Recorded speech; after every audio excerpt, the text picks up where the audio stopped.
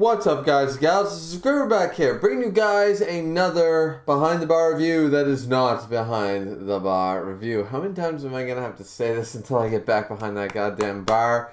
Sorry, guys, probably won't be till 2021. 2020 has sucked for everyone, and even it has made Behind the Bar reviews suffer as well. That being said, this is Ayakashi Triangle Chapter 9. Yeah, Chapter 9. Okay, so this chapter, honestly, not really a whole lot happening here. I'm going through, this is, of course, after the kiss thing, and, Suzu and Masaki, they're having this little bit of Matsuri, they're having a bit of a thing here and stuff like that. We also include Nino Kuri. Nino Kuri is, of course, the rival type of character and stuff, and we know he's bad around women and such. It's basically a Suzu and Nino Kuri sort of get acquainted episode. That's pretty much it.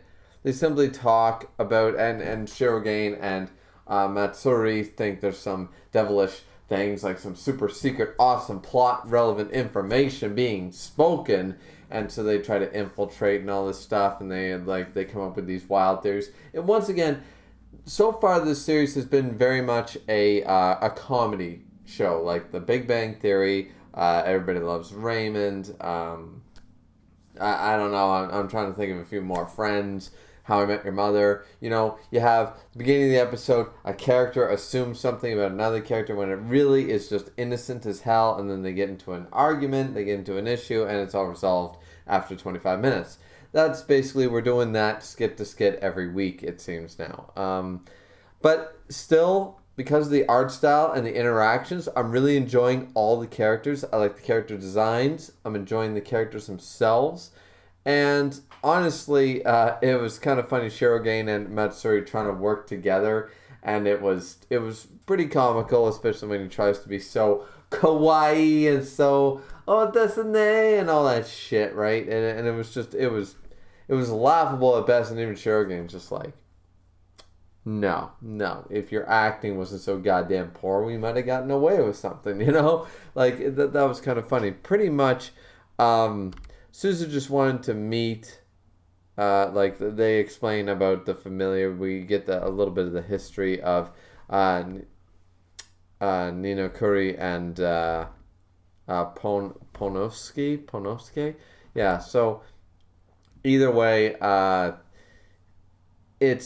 we're sort of getting a little bit of a background on him, and maybe that's what we're supposed to establish here, like how he ended up being in this situation, like Nino Kuru being in this sort of situation.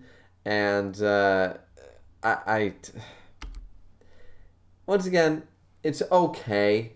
Like, this chapter, honestly, probably one of the weaker ones, because it didn't really do much for the story progression. Like, we didn't need to know Nino Kuru. We did not need to know his full background yet. We didn't need to know about his familiar Po or whatever, Ponosuke. We didn't need to know all that information right now. Like, that could have been revealed chapter 35, chapter 40, right? It wouldn't have taken away. Right now we understand, okay, we have X character and he has a familiar spirit. We don't need to know their background at this junction. It seems like we're adding the fluff, but it's almost unnecessary at this point right now. Like, we don't need this background information to keep progressing through. Maybe we're just trying to tie the characters together and give them more interaction before we all of a sudden have, like, Suzu and Nino Kuru are on their own, and it's like, and they can actually work together, and they know of each other. They've had a few conversations. Maybe we're working towards that goal, you know, having more interactions between the main characters first before we throw them in the life and death situations. It's entirely possible, but either way, so once again, at the end of the chapter, Suzu just noticing right away, so does Nina Kuru. He also notices that, like, it's just a really piss poor design. Like, oh, what a great seat next to the window. I'll sit here. And Matsuri, what are you doing? So Ninokuro ends up leaving, and Matsuri is caught, trying to pretend and everything like that. So either way, we do know Ninokuro has also found that Suzu is like a very like nice person. Sees her as now she's a goddess. It's like a little bit of a stretch, but more like she's not this. The Ayakashi medium is evil and we need to destroy her sort of idea. So clearly on their side. I'm assuming somebody from his family is going to get involved, like the grandfather or something. Like, our Taoist family has been in the generations and we shall eliminate this Ayakashi medium. Ninokuru, you as the successor of this clan must do the deed. And, very classic manga-esque shit, right? I'm assuming that thing will sort of go down eventually, but for the most part, this was a very fluffy chapter. Not really a whole lot going on. It's there for the lulz, it's there for the comedy, it's there for the memes. And I know it was okay, but really not a whole lot to review, honestly. Suzu and Ninokuru have a conversation. Matsuri gets involved, as I said, like Everybody Loves Raymond style, and hilarity ensues for a couple pages. That's the end of it. That nothing really new added to the table. But I have a feeling that once this thing is still doing its slow start. I think we're getting a really slow start.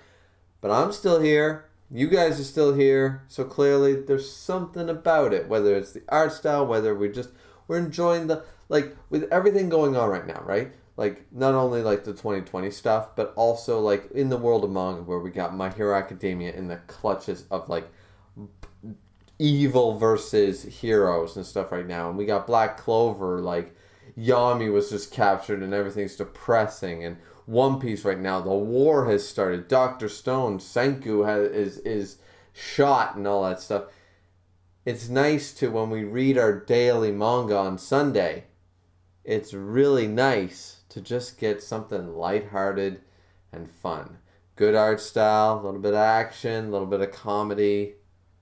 We don't need, like, it's sort of that opinion that I think I have that, like, I think, like, shows that, like, the Breaking Bads and the Sons of Anarchy and shows like that, the Lucifers, are fantastic shows. They're a little gritty, they're darker, they have a certain level of maturity to them, a little bit sometimes too on point, and it gets uncomfortable.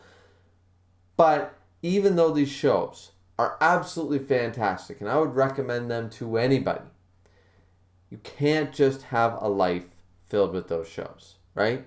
You need to sit down and unwind. You need to have a couple of laughs with Adam West Batman. You need to, the campy ass shit like that. You need to watch a few episodes of Friends or The Big Bang Theory or how much you need to watch a little. You need to break it up. You need to watch a Bill Burr Netflix special, right? You need to break it up and have a laugh and be able to smile. Not like you need to be able to branch and have a. I guess what I'm trying to say is like I can't say that word apparently. Diversify your tastes and yourself. Don't just stick yourself in one tunnel vision of one type of genre or one type of show for too long, because everything will start rolling together, right? So I guess I'm just saying, keep an open mind. This might not be like any of these main staple shonen levels yet. But I think right now, we sort of need this. We need this lighthearted sort of high school drama, a little bit of the romance, the classic, misunderstanding situation in high school drama sweethearts sort of fluff in our viz. We need it here to be able to enjoy it just that little bit more. Just to break up the mold a little bit, especially now. So anyways, guys, that was my review of Chapter 9 of Ayakashi Triangle. Pretty good chapter. Nothing too special, but once again, nothing to really hate on either. Hope you guys enjoyed. Like, comment, and subscribe. We will see you back here next time. Peace out.